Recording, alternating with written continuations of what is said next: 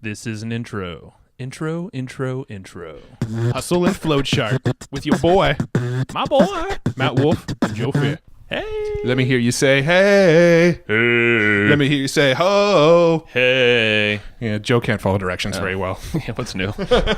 Welcome back to the Hustle and Flowchart podcast. My name is Matt Wolf. I'm here with my lovely assistant, Joe Fair. Who's the cute thing? He'll be helping us demonstrate some magic tricks today. What magic tricks do I have up my sleeve? I don't know. We'll find out as the episode goes on. We'll just open that loop, and who knows if we'll ever close it. Okay. Cool. I'll roll with that. All right, so today we're talking with Steve Glaveski, and he's got an awesome book coming out, or is already out, depending on when you're listening to this. True. Called Employee to Entrepreneur. You can find this in probably all the big bookstores and his website and obviously Amazon and all that stuff. Yeah, it's out through Wiley Publishing, Big so time. it should be pretty much everywhere. He's also got an amazing podcast called Future Squared, and he's got two very handsome, talented, smart, amazing guests coming on, and at some point he's also gonna have me and Joe on. And, I like how you did that. That's good. That's good. I was like, you really think we're beautiful today? This is good. This is after a long day of podcast, I look my best, huh? Absolutely. So what do we talk with Steve about? What do we get into? We talk about a lot. So Steve's big thing is a handful of things, but he basically is breaking down how folks in the corporate world, anyone with a job, but corporate's probably like the most, the difficult to escape from, how if they are feeling they can do more with their lives and they want to actually try to become an entrepreneur, small business owner, even on the side, he lays out all the basically the path to do that, talking about pitfalls, if it's a good decision or not, how to test ideas quickly and actually get funding for those, so you're not feeling like you have to basically drain your bank account. And a lot of mindset stuff. It's super cool. We dig into, obviously we always talk about podcast stuff. We have a podcast host on the show. We're going to ask him about their podcast. Always. But what's really cool, and this is something I love, is his lemonade stand. I don't know if it's a foundation, but more or less his project where he's helping kids. Yeah, no, we're excited about that. Hopefully we can actually get involved with that over here in the U.S. Steve's over in Australia, so making kid entrepreneurs. We'll let him explain what he's doing there, because it's really, really cool stuff. Yep. I also wanted to dig in on how he got involved with Wiley Publishing, and he has a really good story there. Perseverance, my man. Yeah, just persevering. So really, really good stuff. Wide-ranging conversation with a lot of amazing topics. The main key to this is a discussion on how you get out of that employee mindset and into an entrepreneur mindset to really just, blow forward without the need for working for somebody else. For sure. And just a horrible segue over to our sponsor, but it's not that horrible, because here's the cool thing. I'm sure you've heard of it before, but, apprentices, $50 a month. You can get 40 hours a week at Gen M, and get a little discount in a sec. But essentially what's really cool, and I was thinking about this as we were talking to Steve, is even someone starting out for the very first time can afford $50 a month. Yeah, to get a 40-hour-a-month employee. Right. Well, that's 10 hours a week. Employee-ish. Apprentice. Right. But either way, yeah, I mean, that's what I was thinking. I was like, dude, it doesn't matter what level of business you're in. Everyone needs help, especially in the beginning. And why wouldn't you want to start your best foot forward and with a little bit of delegating? Because that's a mindset shift right there. I know it's difficult for us. It's hard to let go of the reins. But you're also helping these people become marketers. You're helping them get into a field. You're helping educate these people. You're helping them get immersed in the business that they're striving to be in someday. Yeah. So it's there's a great cause behind it of helping people get into the marketing entrepreneurial world. It's an inexpensive way to get tasks done in your business. It's just an all-around great company over at Gen M. So we do have a discount. You get $10 off if you go to evergreenprofits.com/Gen M. That they're going to hook you up over there. Definitely check that out. And even if you feel like you're in a day, or if you are in a day job, I feel like it, check it out, because I'm serious. You can get some help for next to nothing and help you kind of transition to that entrepreneur. If that's you, or if you already have a business, obviously you know the value here. Yeah. So now, is it apprentices or is it apprenti? That's a good question. Because cactus is cacti, right? And octopus is octopi. Why is it? I guess, but those end in S, and this ends with CE, so I guess it would be apprentices, not apprentice-I. Print-I. Print-I. All right, let's go talk to Steve. Evergreenprofits.com/GNN. Hey, Steve, we are live. How you doing? I'm doing awesome, my man. How you doing? Great. It's early in the morning for you, right? Or starting the day, I think. Well, it's about mid-morning, 10:35 a.m. to be absolutely precise here. So joining you from Melbourne, Australia, of course. And man, I've been up since 5 a.m., so I'm ready to rock and roll. Nice. You're a morning guy. I like it.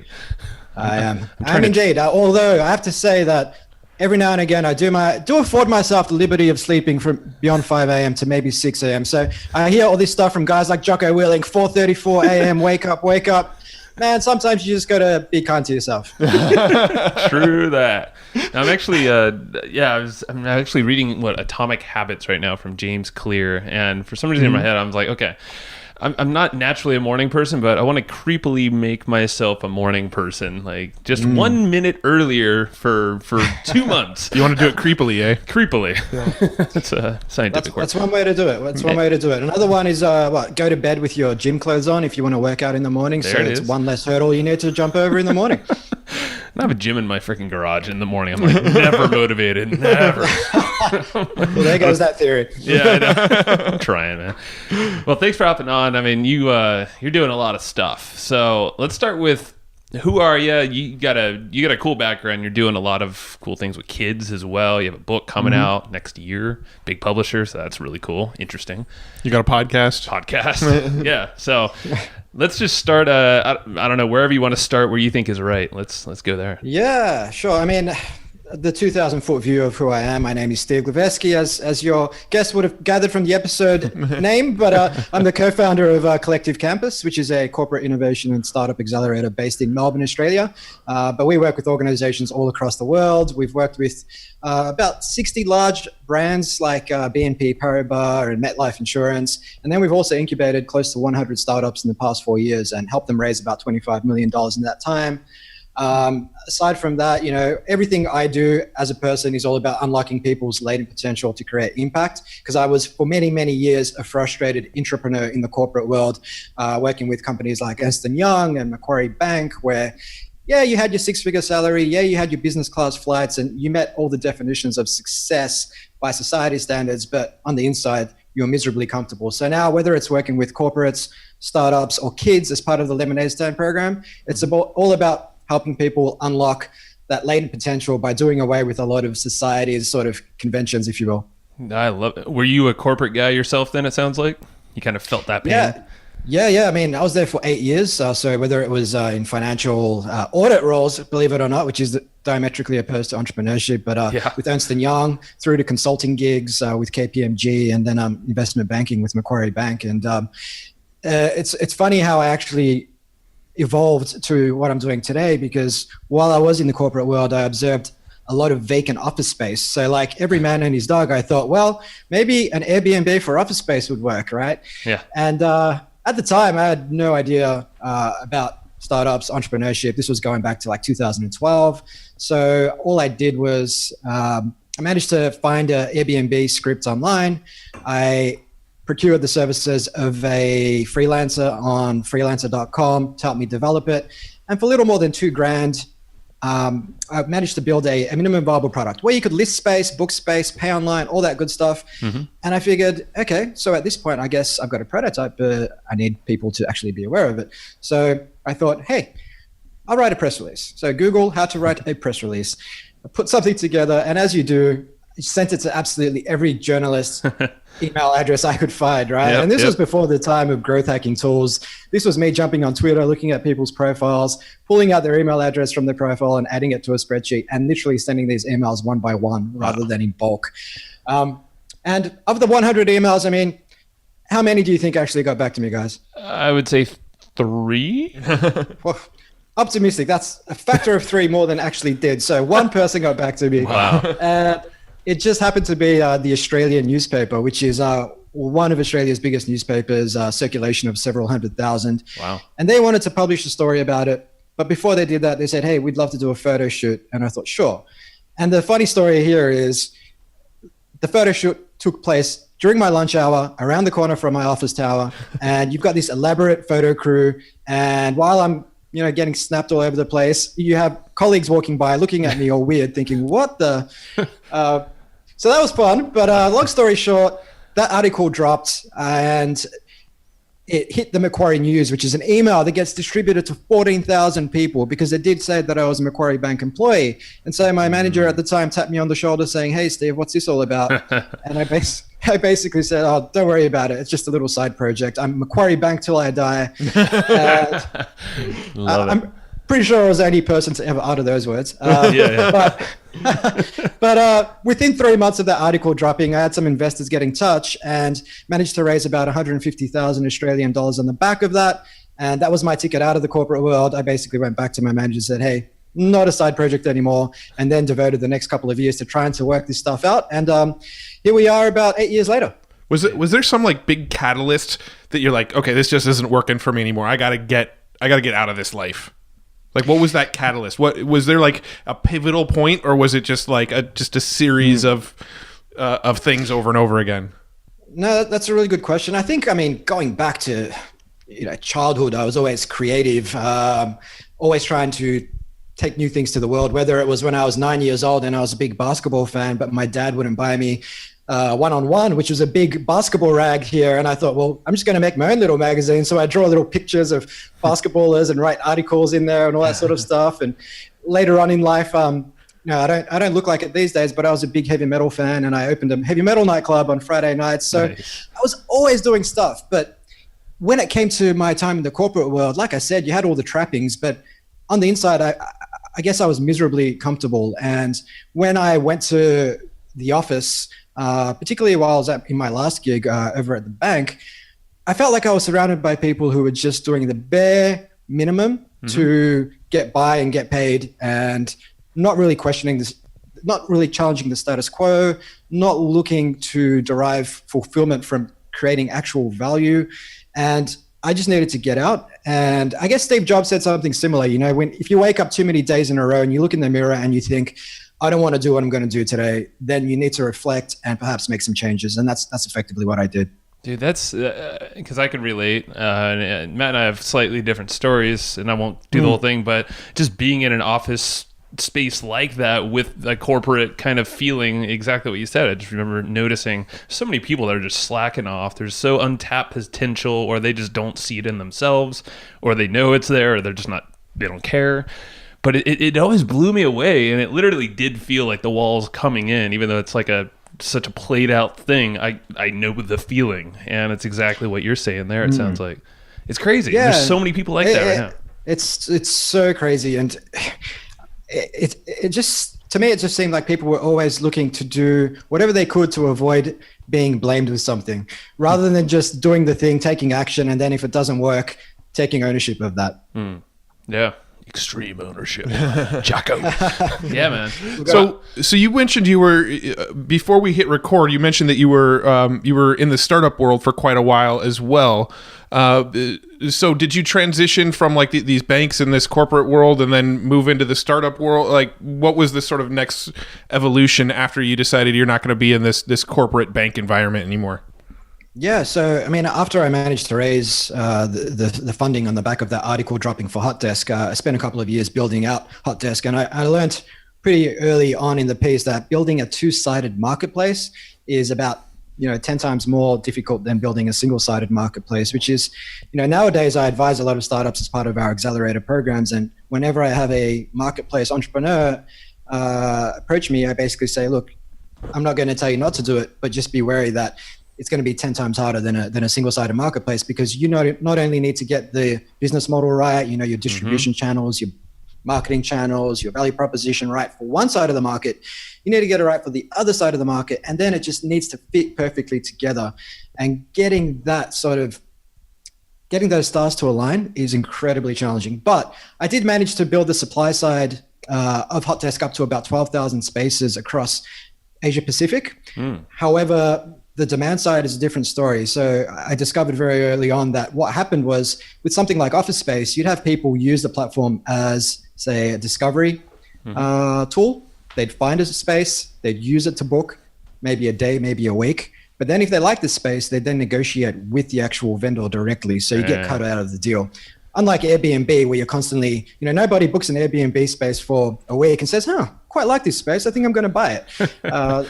So it didn't have that going for me. But one thing I also learned that was really critical, I think, and for any entrepreneur, I mean, after 2 years of building that up and, we were making revenue of probably about 10K a month. So it was okay. I mean, I was literally just me and a co-founder, but ultimately, you've got to really believe in what you're doing. And I mean, for me, I just felt like I was a glorified real estate agent. And, to push that big boulder uphill, as they say, you've got to really believe in it. You've got to be aligned with the purpose. Otherwise, you're going to give up. And that's effectively what I did. And that then evolved into the next thing, which is Collective Campus, which I've been doing for the last 4 years. And that's just been, orders of magnitude more successful and more rewarding.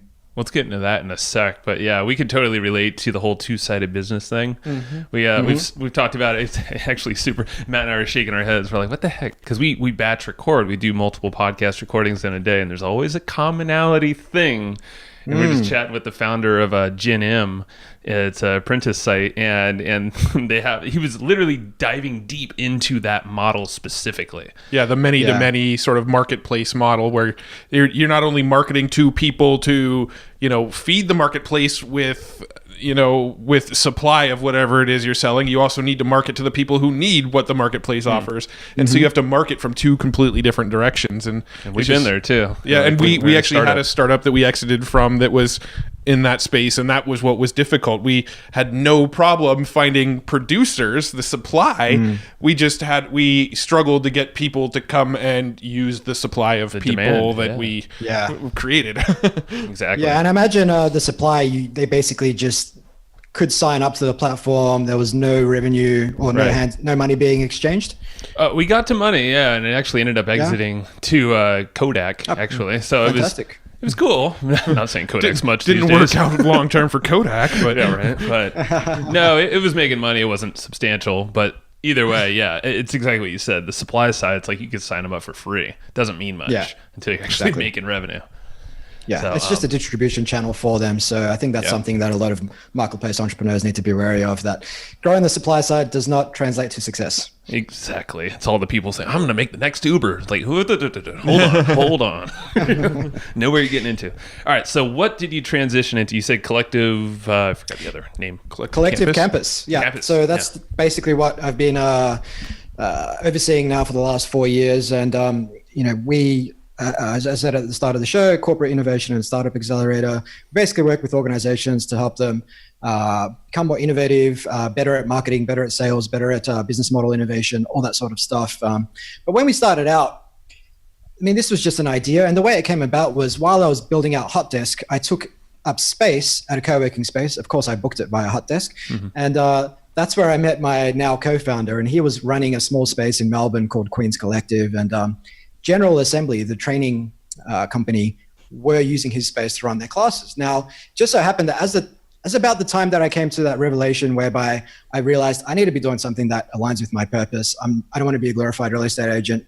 I was thinking about actually taking all the stuff that I'd learned by devouring so much content on entrepreneurship, on innovation for the previous 2 years back into the corporate world, where I could work with people who were frustrated entrepreneurs like me, trying to get things done, trying to challenge the status quo, but just couldn't do it. And because General Assembly were leaving, my current co-founder had a few spare classrooms. And so I basically just pitched him and said, hey, I've got this idea. I'm thinking of running something like a General Assembly, but for the large organizations. Let's run some experiments. And so that's what we did. And the experiments were really simple. It was something like a Eventbrite page with a bit of a overview of what the class would entail, free 1 hour workshop, promoted it via LinkedIn, spent a few $100s on Facebook ads. And as you do, we got about 50 or 60 RSVPs thinking, this might work. And I remember it vividly. You're putting out all the chairs, 50 chairs, nice and neat in a theater fashion. Got all your plastic cups out, some wine, some beer, some food. Got the music going, of course. Being from Australia, it was a bit of AC/DC just to get people into the post-work spirit. And 6 p.m. comes around and there's literally 3 people in the room. And you think, hey, maybe we'll just wait 5 or 10 minutes. They're all just coming in from the office. And that's what it ended up with on our first session. So that was a bit of a trial by fire. But it's all about persistence. So we started tweaking the ad copy. So instead of calling it Lean Startup for corporates, we changed it to, rapid experimentation or rapid prototyping for large companies. Slowly but surely, 5 people came to the next class, then 7, then 9. And after about 3 months of running all sorts of different classes, different topics to test appetite, we were able to land our first client, which was funnily enough, not even a large organization, just an SME, but it kind of went from there. So that business has evolved into not just training, but mostly running startup accelerator programs where we partner the domain expertise, assets, and networks of large organizations with the talent, tech, and speed of startups to create new solutions. My big takeaway there is that you didn't stop. You didn't quit at that first event. And it's amazing what you've done. You've created, but you're like, oh crap, 3 people. Okay. Most people just close up shop. Yeah, I feel like people would see 3 people in the audience and go, yeah, maybe we should rethink this business model. But you push forward and prove the concept. Right. Yeah, but that's key, guys. I'm sure you've learned this from many of your past guests as well, in addition to your own experiences. But one of my favorite quotes was from Calvin Coolidge, the former US president, who says that nothing can take the place of persistence, not talent, not education, not genius. The world is full of talented people who didn't amount to much, but you've got to persist. You may be not as smart as the next guy, but as long as you're willing to, show up and deliver a class to 3 people as if there's 50 people in the room and just keep trying, you're more likely to break through than someone who just says, oh, I don't like the discomfort or the adversity or the way this makes me feel. This is challenging my ego. I'm just going to go back to what I was doing before because that was way more comfortable. And that's the thing. Do you believe everyone has that in them, or is it like this certain entrepreneur trait that you just don't know how to not stop, or maybe you're too dumb not to stop? I don't know. I feel that way sometimes. Yeah, like the whole blind faith versus reason thing. I guess, I've been doing a bit of research on this, and from a neuroscience perspective, apparently entrepreneurs to a certain degree are actually born. There's a bit of research that came out of the University of Sydney recently called Red Brain, Blue Brain, which talked about liberal voters and conservative voters, and how conservative voters tend to have a more hyperactive amygdala, which means they tend to avoid risk and tend to prefer the status quo, whereas liberal voters have perhaps less hyperactive amygdala, which means they're open to novelty and trying new things. And this shows up in the corporate world, where managers tend to have a more hyperactive threat detection system than, say, entrepreneurs. So if you are to be a successful entrepreneur, I imagine it would go a long way if you were predisposed to taking a risk neurologically. And that goes back to, running around the African savannah with no clothes on, looking for our next meal. And I think some of us will find it really difficult to break out of that. But Joe still does that, actually. You might be doing it right now. Hey, I'm doing this podcast naked. This is why Matt's the only one not. This is why I was relieved that it's only audio, because I thought it'd be a bit awkward if you guys put the video on. But cut the video, Matt. Cut the video. No, this actually reminds me of I was listening recently to multiple, but Jordan Peterson interviews on Joe Rogan's podcast, and he talked about very similar to what you're saying. He's like, if you have an organization that is, maybe you're startup-y, you want more of that blue brain from what you're saying. It just sounds weird when you say you want that blue brain. Well, yeah, but it's weird. But it's because you are going to take a little bit more risk, typically, those types of folks. Whereas if you have this business that's more or less matured a little bit, or it's, you've reached that goal that you wanted, then get a manager or someone in place with more of the red brain. And that's exactly what you were saying, kind of backing up what you said. Yeah, definitely. And maybe you could see a world where people get brain scans when they're being interviewed for a job, and sorry, your brain isn't blue enough. Maybe, man. Well, you've already got things like your Colby score and your DISC score and stuff like that, and we actually hire based on some of those assessments. All of our team members have taken those assessments, so to a degree, we do that. Just reading their personality. Yeah, no, that's fair. Psychometric testing and all that stuff that organizations do, I guess, is there to tease out some of these behavioral attributes that people have. For sure. I want to transition a little to your book, Employed Entrepreneur. I forgot your subtitle. It's coming out in January next year. Yeah. Yeah, No. coming. Yeah, no, it's just, it seems like exactly what you're talking about. It'd just be a perfect segue to chat about what you're talking about in that book, and probably we talk about in a lot of your talks too, is having that mindset, is like that transition period, knowing, is this the right step for me? Is it not? What do I do? Yeah, I mean, so I know we have a lot of listeners that are still in, day jobs, right? We have a lot of people that are kind of on that bubble. They're working, but they probably do some stuff on the side, and they're thinking about making that leap into just going all out, becoming an entrepreneur. And it sounds like that's what your book is about. So I think it'd be a good idea to kind of dive into some of the main points from your book, and we can kind of, dissect some of those topics a little bit. Yeah, definitely. So the book, the subtitle is How to Earn Your Freedom and Do Work That Matters, and it comes out on January 9. And I mean, I wrote this book because, as we've already unpacked, I spent almost a decade in the corporate world and now almost close to a decade in the startup world. So I've seen both sides of the fence, and I've seen a lot of entrepreneurs try to make the transition successfully, and many make it unsuccessfully. And there's certain things that I see, like common pitfalls that entrepreneurs fall into when they're coming out of the corporate world. Because if you've spent, say, a decade or more in that space, maybe even less, you've got certain behaviors that will inhibit your transition. So, for example, you probably suffer from a lot of paralysis analysis. You probably like to overplan. You probably like to outsource accountability and ask a lot of other people what they think, and share your decision making with someone else. You probably move quite slowly. You're going to ask questions like, well, do I need to get my intellectual property sorted out? And what regulation do I need to comply with? And you're going to spend a lot of time looking at IBIS World research and things like that. And the reality is, that might work in a market where things aren't changing that quickly, where you already have a core business model that's making money and you've got the liberty of taking your time.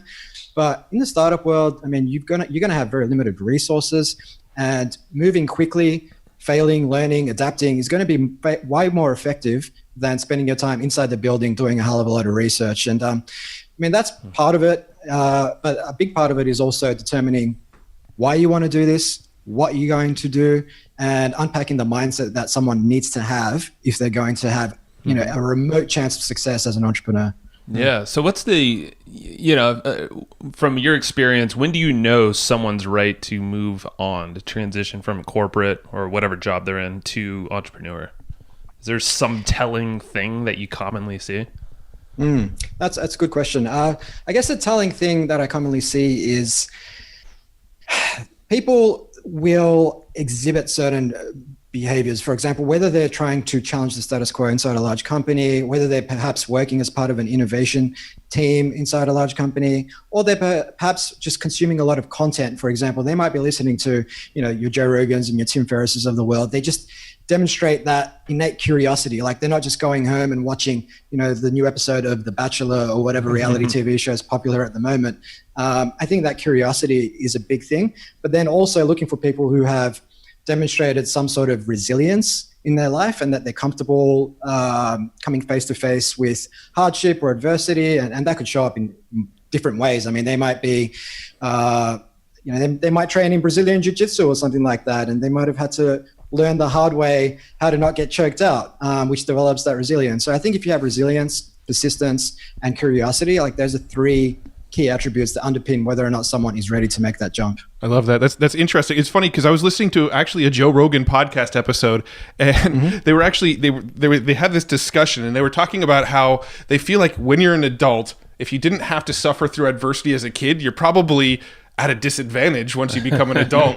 And so he was talking about how all these middle class white kids, they kind of, from a become successful standpoint, they actually don't have a leg up because they didn't have to suffer through adversity growing up. And it's just this really interesting conversation. I have two kids myself, and I'm constantly thinking about how should I raise these kids and things.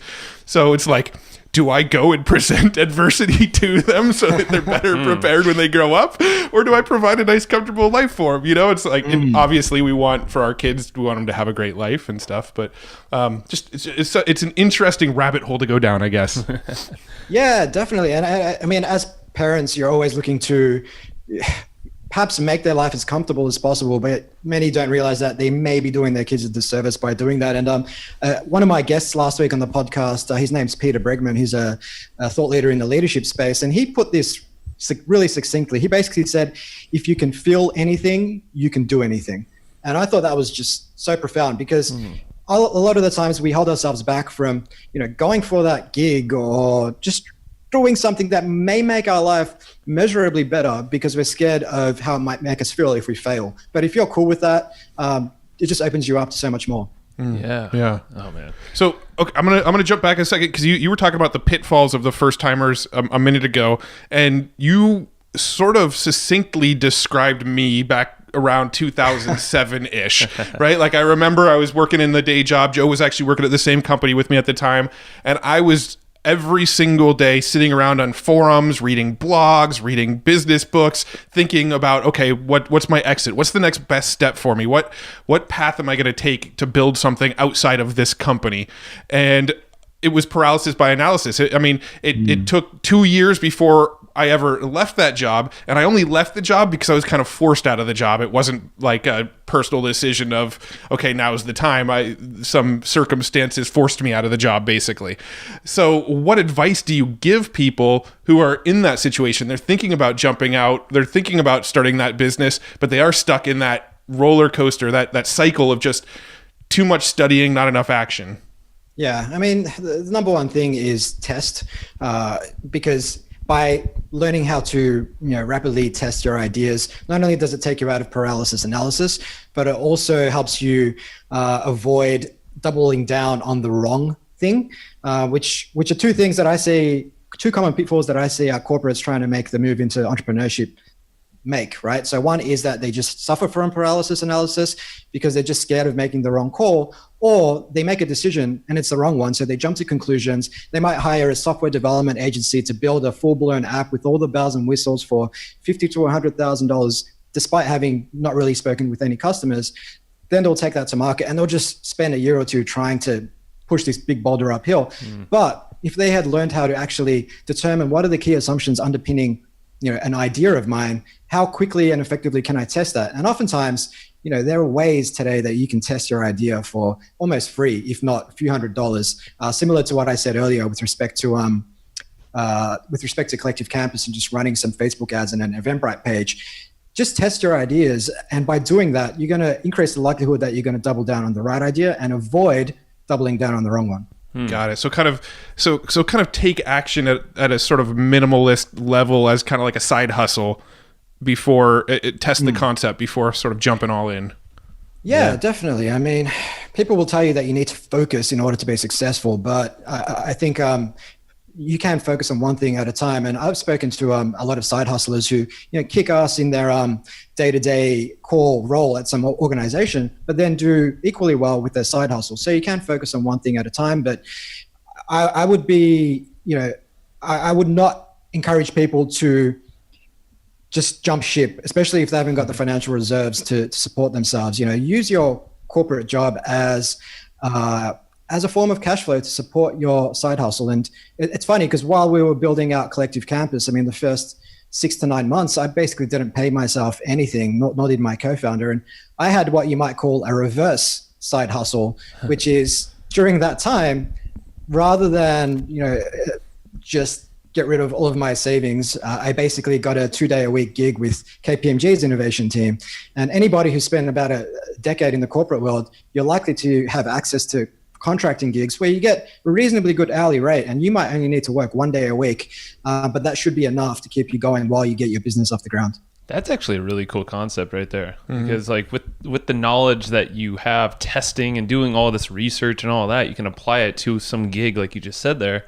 Find something a day a week, fund whatever you're trying to fund, and have that corporate gig still or whatever it might, or something. So because when I jump ship without much in savings, and it was just more of a gut thing. Like that's how Matt and I kind of differ. Is like, all right, I have this feeling. I know the plan. I think it's gonna work. My wife's making some money. All right, cool, let's go. And And I figured, what's the worst thing that can happen? But I like your approach a little bit more. No, but I think there's a lot of merit in your approach as well, Joe. I mean, if you read a lot of military strategy, like Sun Tzu's really big on burn your bridges, station your troops on death ground, so that they have no choice but to fight. Right. And in your case, that's effectively what you did, and you just had to go all in. Yeah, and that's exactly what I did. Just made it work. Might have been different business models along the way, but that's fine. One of my favorite quotes, I think it's Jim Carrey. I don't know if Jim Carrey was quoting somebody else, but it was something along the lines of, "You can fail at the jobs that you hate, so you might as well go for the jobs that you love." Right? And that was kind of one of those things that's always been in my brain, always is in my brain. You know, might as well focus on the stuff that you love, because even the stuff that you don't love, you can fail at. So go for the shit you want to do. But I think that's something that a lot of people perhaps don't even acknowledge. I feel like a lot of people conflate work with just something they have to do that is not enjoyable. Oftentimes they just don't question the notion of that and actually say, hey, maybe I can actually do something that I enjoy that also makes me money and leaves me feeling fulfilled. So I don't think enough people ask that question, and too many find themselves just doing some job that they hate and just living for the weekend. What are some other ways that you like, or that you've heard others in the startup world? And startup, when we're saying, it sounds like that's not like, hey, you got to go fund and raise a bunch of money like a startup like an Uber, but this could be like in your bedroom or whatever if you need to. What are some other big, cool ways that you could test quickly, like a new idea, something you want to go with? Yeah, I mean, there's the obvious ones are really, writing some ads on, say, Facebook, LinkedIn, Instagram, perhaps not Instagram, depending on what it is, but running ads that direct people to, say, a landing page. So your ad should speak to perhaps the problem that someone is trying to solve. So if I have, say, some kind of, fintech solution around insurance, I might say, hypothetically, let's say the idea is an all-in-one health management app. And so my target audience might be hospitality workers, because they work long hours, they haven't got time to take care of themselves. So I might run an ad on Facebook with a picture of a chef. I'll target people who work in that industry, and my ad copy might say something like, work in hospitality, don't have time to take care of yourself, click here. And you're just trying to gauge, based on the number of clicks, the percentage, the click rate, whether or not this is a legitimate problem. And then people that click will go to your landing page, where you'll just have a little bit more information on what the solution is. And at that point, you're trying to gauge how many people are going to sign up to, say, a free trial. And something like that could cost you $50 to $100, and you'll get tens of thousands of impressions and potentially hundreds of clicks. And we've run similar exercises with hundreds of startups. We've run similar exercises with a lot of our corporate clients. And especially in the corporate world, they have such epiphanies when we guide them through this, which, it's not a new thing. This has been going on for years. I mean, the lean startup is all about this type of approach. But if you're one of these corporate employees who's thinking about making the leap with a corporate way of thinking, you're probably going to go all in on your idea rather than just testing it up front. And this just changes the game for so many people and helps you avoid your own Newkirk moment, as I like to say. I like that. And it's such an aha. It's to us marketers, it's kind of like, duh, okay, run some ads. Yeah. And I know Gary Vaynerchuk always says, like, if you have an idea and you're not willing to invest like $100 in advertisement using the similar kind of approach you just said, like, you shouldn't be in business. I mean, he's obviously very harsh, but still, like, it's the same idea. Just throw some money at it. Everybody can scrounge up $100 and test a new idea. And $100 will give you a ton of amazing data. Like that data, that's a lot of data there for $100. Even on Google too, we do that. Yeah. Still to this day, we always test something new, about $100 worth. See what people are searching for. Yeah, and I guess one of the things is, some of the psychological vulnerabilities that people have is also they want to just feel busy and feel like they're taking action and moving the dial. And so the whole idea of running, say, a number of tests for a few weeks to determine what they should do rather than just going all in. Some people it just doesn't sit comfortably with some people because they just want to be going all in, which oftentimes works against them. Yeah. Now on the intake form, when we were getting you on the podcast, you mentioned something about fast feedback loops. Is that kind of what you're talking about? The fast feedback loops would be running some advertising to test a concept? Yeah, I mean, the fast feedback loops could be across anything. It could be testing a concept, a marketing channel, a sales strategy, customer segments, like all sorts of things. It's about getting that data as quickly as possible and determining as quickly as possible whether or not you want to move forward or not. And the fast feedback loops comes out of the world of military strategy as well. And John Boyd, who was a former pilot in the US Air Force, came up with this concept of observe, orient, decide, act. And that was best exhibited or best manifested in a story from the Korean War, where the Korean pilots flew Russian or Soviet MiGs and the Americans flew F-86 jets. And on paper, the MiGs were vastly superior to the F-86s, but except for two fundamental differences. And I like to say those differences weren't Maverick or Iceman, but the differences were that the F-86 had a 360-degree bubble dome, whereas the MiG didn't have 360-degree vision. And the F-86 had a fully hydraulic throttle, whereas the MiG had a semi-hydraulic throttle, which meant that the pilots had to actually lift weights to move the plane.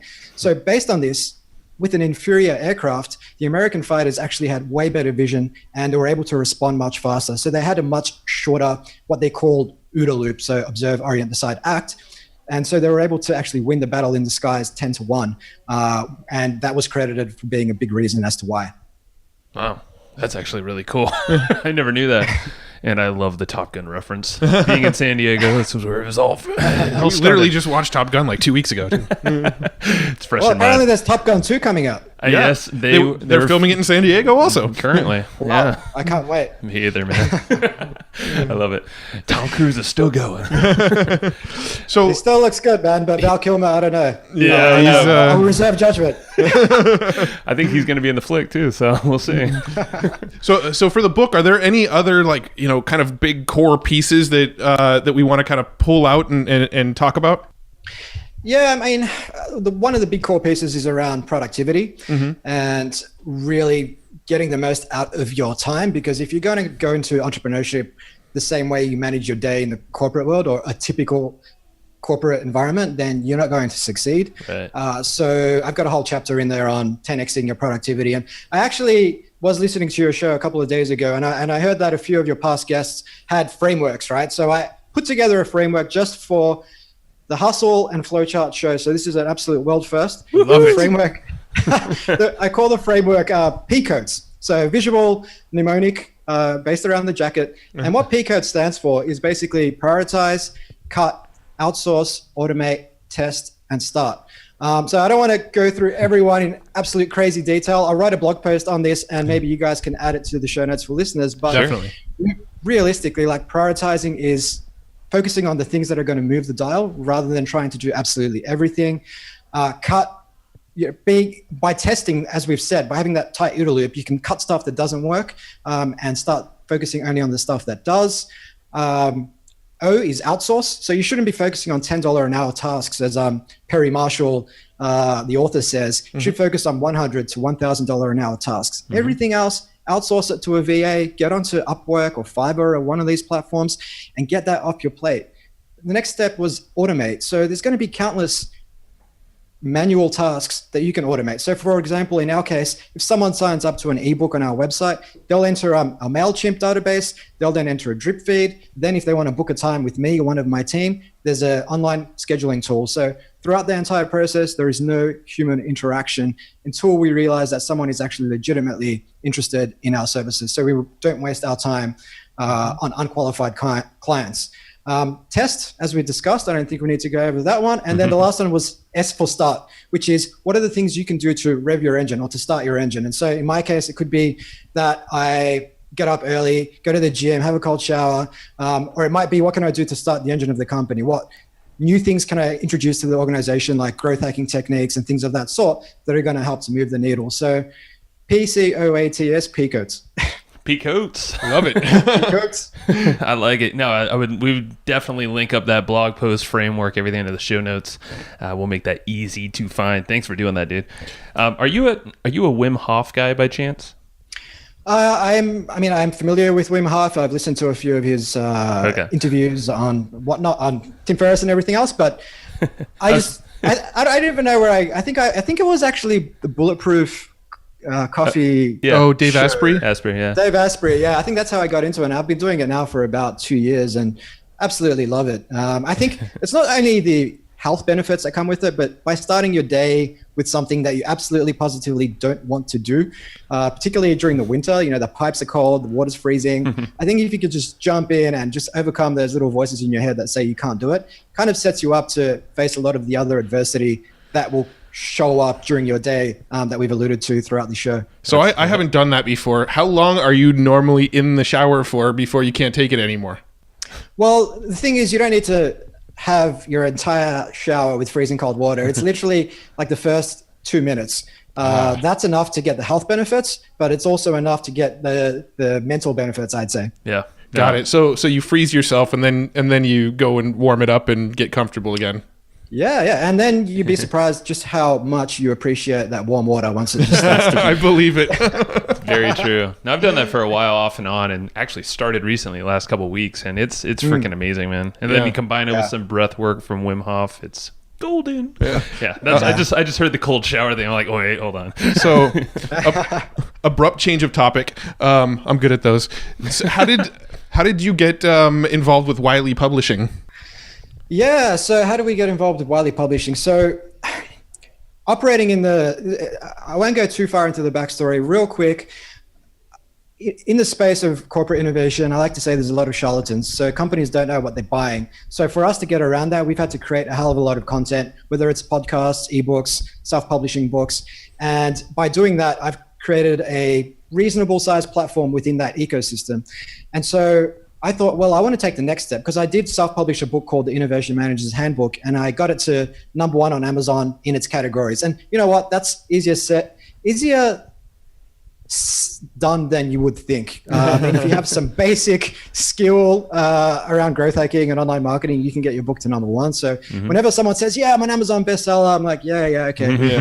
Been there, done that. But nonetheless, yeah, exactly. But nonetheless, I thought, okay, I want to take this to the next level. And coming back to that mission of unlocking people's latent potential, I thought, how can I best do that? Well, I want to help people who want to make that transition into entrepreneurship from the corporate world. So yeah, going back to what we've discussed, sending out 100 emails and only getting one back, or just facing that adversity, or having 3 people turn up to a class. In this case, I went into it just knowing that, you know what, I'm probably going to get rejected 50 times before I get a yes, maybe even more. But by virtue of my podcasting, I'd connected with a lot of authors, one of which was Tim Harford, who wrote The Undercover Economist and 50 Things That Made the Modern Economy. And he basically gave me a bit of a playbook for writing a nonfiction book proposal. So I went through that. It was about 10,000 words long. And I literally sent it to everyone and anyone, agents, publishers, you name it. And it just happened to be that after 39 no's, Wiley got in touch and said, this is interesting, let's tee up a conversation. And then several conversations later, I had the book deal. But, I could have given up after the first 10 rejections and thought, who am I kidding? I'm no author, but you just got to keep pushing. Love it, man. No, why did you decide to go with the traditional publisher versus self-publishing this one like you've done past ones? Yeah, I think self-publishing, there is still some kind of stigma associated with it, I would say. Like no one really, you can still gain access to scale and get your book into the hands of people all over the world, definitely. But in terms of the reputation, the status, the being taken seriously, I don't think it's quite there. And so the whole notion of having a real publisher on board who's going to get my book into bookstores across the US, the UK, Singapore, Australia, I think that goes a very long way. And it's also, I think having a book published by a publisher has also galvanized us to really like 10x, if not 20x the marketing that we're doing for this book, appearing on, awesome podcasts like yours and doing literally like 79 other things. And we'll see how it goes. But I think from my personal perspective, it's perhaps one of the best things I can do to try and create as much impact as possible. I love it. And yeah, it kind of forces you to up level what you do day to day, the PR factor, the marketing, all that stuff, reassess how you're using your time. So I love it. And I'm, now it's in my head. So we'll have to think about our big publishing deal. It's yet to come. Yeah. Let's see here. Well, I want to make sure that we're good with time here. Well, let's see. I wanted to touch on Superfast Lemonade Stand. And just describe that super fast. I think it's near and dear to Matt and I's hearts. We love kids, and we love actually teaching them entrepreneur type stuff, or just a different way to, a different way to educate them in the real world. Yeah, definitely. And I think, if you look at classrooms today, a lot of schools are running, mindfulness training or resilience training. But, I think a lot of that stuff is kind of like philosophy. You don't really seek it out until you've gone through hardship and you're kind of asking questions.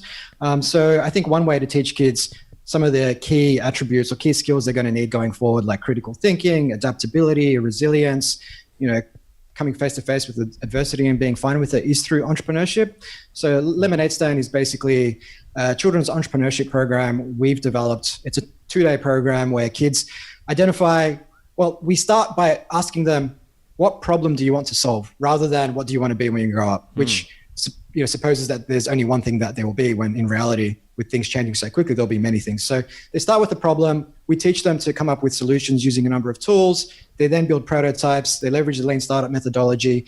And at the end of the program, they pitch their ideas. But they're actually building, in many cases, live websites. They're running ads. They're getting people from all over the world to visit their site. And these kids are as young as 8 years old. Oh, wow. And once they see that, wow, you mean someone from India visited my site, or someone from the US visited my site, and this is a kid in Melbourne, that just opens their eyes to so much possibility. And, we've had a number of kids come through the program. We've had 1,000 kids, close to 1,000 kids come through the program in Melbourne, Sydney, Brisbane, and Singapore. And a number of them have come through, and they're now running businesses where they're making, in some cases, a few hundred to, in some cases, over $1,000 a month. And we're now building the online version. We've actually just developed version 1, which we'll be releasing early next year into schools, and seeing where that goes. But I mean, for me, that's so critical, because the world on the outside of schools is changing so much, yet what kids learn on the inside hasn't really changed in 100 years. That's crazy. Yeah. And Matt, both your kids are just starting school. So my son's in preschool and my daughter's just now in kindergarten. They're 4 and 5 basically, so they're real young. But I want to instill those lessons into them as much as possible. So maybe I don't have to create a ton of adversity for them growing up, but at least I can instill entrepreneurial wisdom on them. Yeah. I'll make a note to get back to you in 2 years' time, Matt. That sounds good. Yeah, there needs to be something like that in the States. And because Matt and I have tossed around ideas, didn't have a total structure, but it's exactly at least the end game of what you're getting at with yours. So maybe we'll reach out and figure out if there's a way we can bring that to the US. Like a plan. Yeah, franchise it out over here. Whatever it takes. It's all big win overall.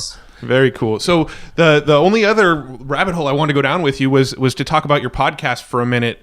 And just kind of ask, what was your intention in creating the podcast, and sort of what have you gotten out of it so far? Yeah, great question. And not one that I was expecting at all, guys. So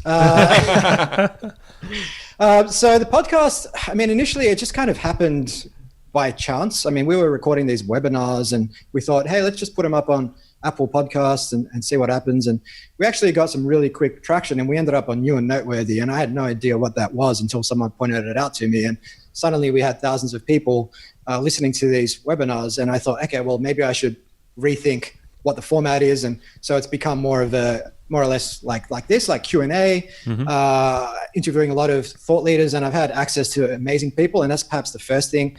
One of the benefits was access to people like Kevin Kelly, Adam Grant, interviewed Mick Wall, who's like one of my most admired, one of the authors and journalists I admire the most. He's been in the rock music game for 4 decades. Wow. Gretchen Rubin, author of The 4 Tendencies and the host of the Happier podcast. Like the list goes on and on and on. But access to people and building those relationships has been key. I mean, I mentioned earlier the relationship I built with Tim Harford was key in getting that book deal. Building that platform through the podcast was key in getting the book deal. But the reason I really jumped into it was to just, again, stand out from the crowd in this crowded sort of corporate innovation space. And by hosting a podcast, I was able to put myself forward as a thought leader, share my thinking, and show that I've actually put critical thinking into this space of corporate innovation and startup development. And by virtue of that, we've done a lot of deals on the back of people who've listened to the show, but it wasn't just like, hey, we listened to one episode and here's a 6-figure check. It was more so, I listened to your podcast for a while. I then downloaded some of your resources on your website. I read your emails every now and again. This opportunity came up in the business and your name came to mind, so I thought I'd reach out. Then several meetings later, you do a deal. But that's been part of it. And ultimately, as you guys would appreciate, it's just a hell of a lot of fun. Oh yeah. Like, Oh yeah. you know, I mean, we've mentioned Joe Rogan a couple of times in this show, but he always talks about the fact that in today's society, we very rarely take the time to have a proper conversation with someone. It's usually just really surface level. So I'm sure after this conversation, like I'll just be buzzing for the next couple of hours because, you know, I think I derive a lot of energy from these types of conversations. And I feel like in many ways, we've lost the art of it in society. I love it. And exactly what you just said is why we do what we do. Yeah. And why the podcast is our favorite part of the business. And 2019, our goal is to just strictly focus on not only this podcast, but maybe some other side project podcasts. Yeah, there may or may not be some other podcast concepts in the works from us because we just love the medium so much. And you mentioned something really important too that most people skip over because a lot of people talk about podcasting as a business model or as like a way to make money, right?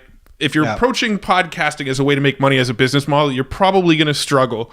But the podcast is not only us three having a conversation together, but there's another ear at the end. There's another ear on the other end, a set of ears, ideally. Hopefully another set of ears on the other end, listening into this, enjoying this conversation. Now, Joe and I release 2 podcasts a week, and they're usually about an hour plus per episode. So that's 2+ hours per week that people are spending with us. Do you think that those people are going to be some of your hottest leads, your hottest customers, the people that when you have a tool or a service or a product to recommend, the ones to be most likely to jump on it? They're spending 2 hours a week listening to us, and that's what a podcast provides. And yes, it may not be on the first listen or the second listen or even in the first 2 months of the relationship, but the people that we're building this relationship with right now who are listening in are the people who a few months down the line are going to be like, those guys have given me so much value, I'm ready to spend money with them.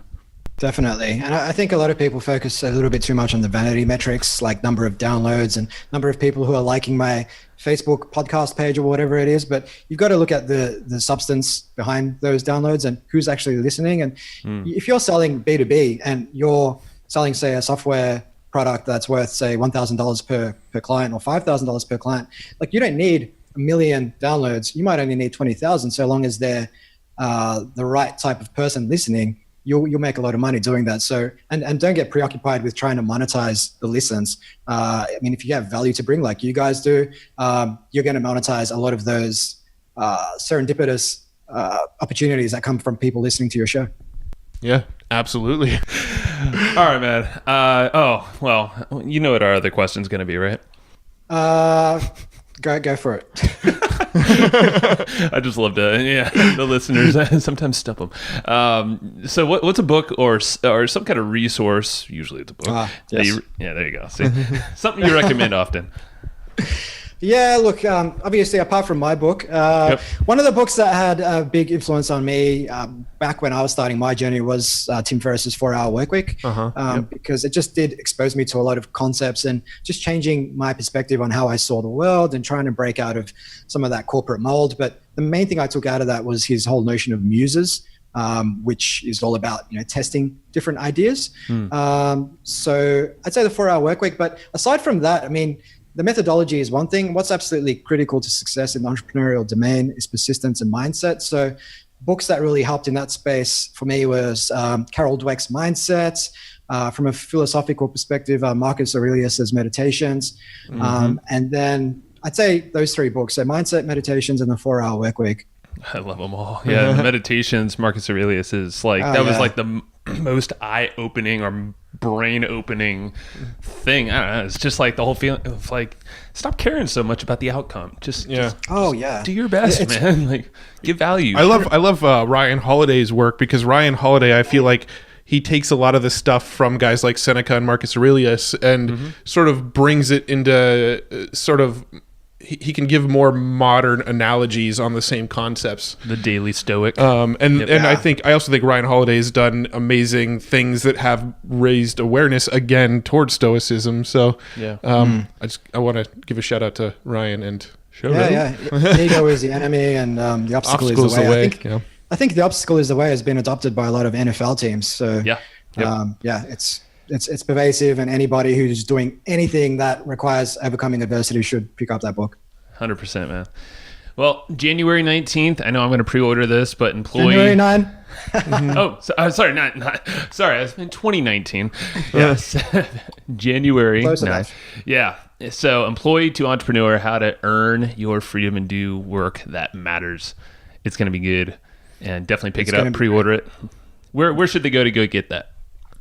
So they can go over to employee2entrepreneur.io, and on that website, they'll also find a hell of a lot of free resources. We've got a bonus bundle with tips on how to 10x your productivity, growth hacking tips, sales tips, marketing tips, all sorts of stuff.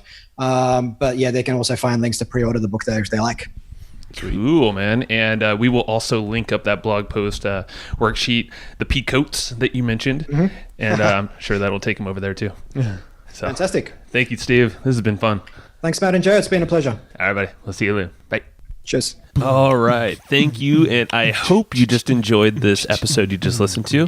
Now, right now, before we sign off, I have a few things I would love for you to do. So the very first thing is to go find our guest on Facebook and tell them that you loved their episode with us. That's going to help them just feel good about themselves, but also it's going to spread the word a little bit more for us. So go find them on Facebook. Everybody's on Facebook, and go say that you love their episode and maybe one cool thing that you learned there.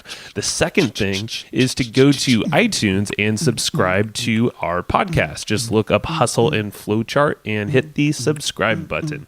And the very last thing, the third thing, is to leave us a review on iTunes or wherever you're listening to this podcast and help us spread the word more. That's how more people are going to get this awesome knowledge, this cool podcast training, and a whole bunch of other cool free training that we give out at evergreenprofits.com. So that's about it. Go find them on Facebook, go subscribe on iTunes, and leave us a review. You would be amazing if you did that, but you're always amazing. So thanks for listening, and we'll catch you in the next episode.